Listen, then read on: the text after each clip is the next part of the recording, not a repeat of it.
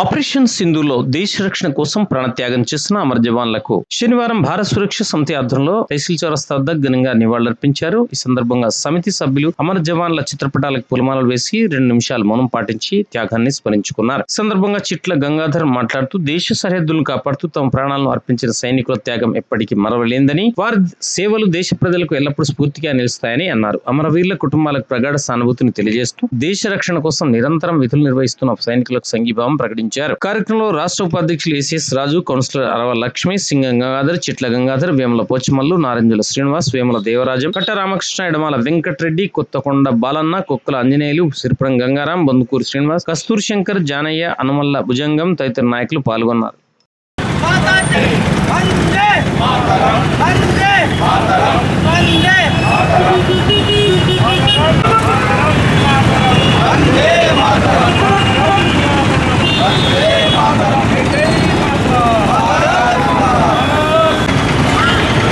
వర్షం వస్తుంది.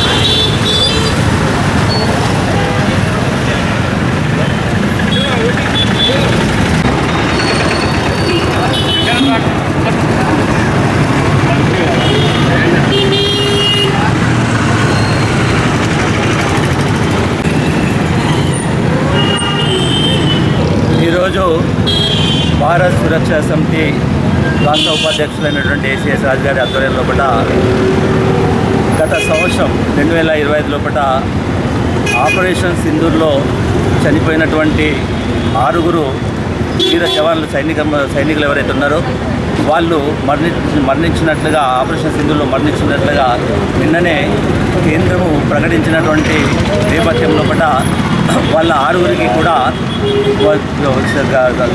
భారత సురక్షా సమితి ఆధ్వర్యం లోపల వాళ్ళకు శ్రద్ధాంజలి ఘటిస్తూ ఘనంగా నివాళులు అర్పించడం జరిగింది. మనందరికీ తెలిసినటువంటి విషయమే, గత సంవత్సరం 25 లోపల ఏప్రిల్ 22న కాశ్మీర్లోని అందాలను తిలకించడానికి వెళ్ళినటువంటి పర్యాటకులు ఎవరైతే ఉన్నారో వాళ్ళ మీద పాకిస్తాన్ ప్రేరేపిత ఉగ్రవాదులు మతం అడిగి 26 మందిని కొట్టనబెట్టుకున్నటువంటి సంగతి మనందరికీ కూడా తెలుసు.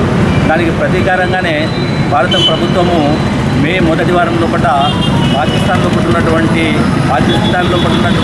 సామాన్య ప్రజానీకానికి ఎలాంటి కూడా ఇబ్బంది కలగకుండా పాకిస్తాన్ ఉగ్రవాద శిబిరాలపై సైనిక చర్యను ఆపరేషన్ సింధూర్ పేరుతోటి సైనిక చర్యను తీసుకున్నటువంటి సంగతి కూడా మనందరికీ తెలుసు.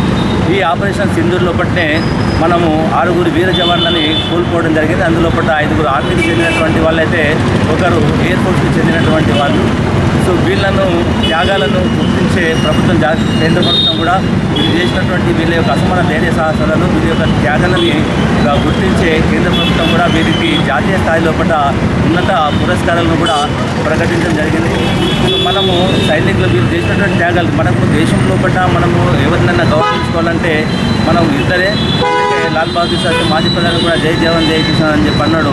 సో రైతులు మన సైనికులు కనుక లేకపోయినట్టే దేశం లోపల వాళ్ళు మనం ఈ విధంగా సురక్షితంగా ఉండలేము.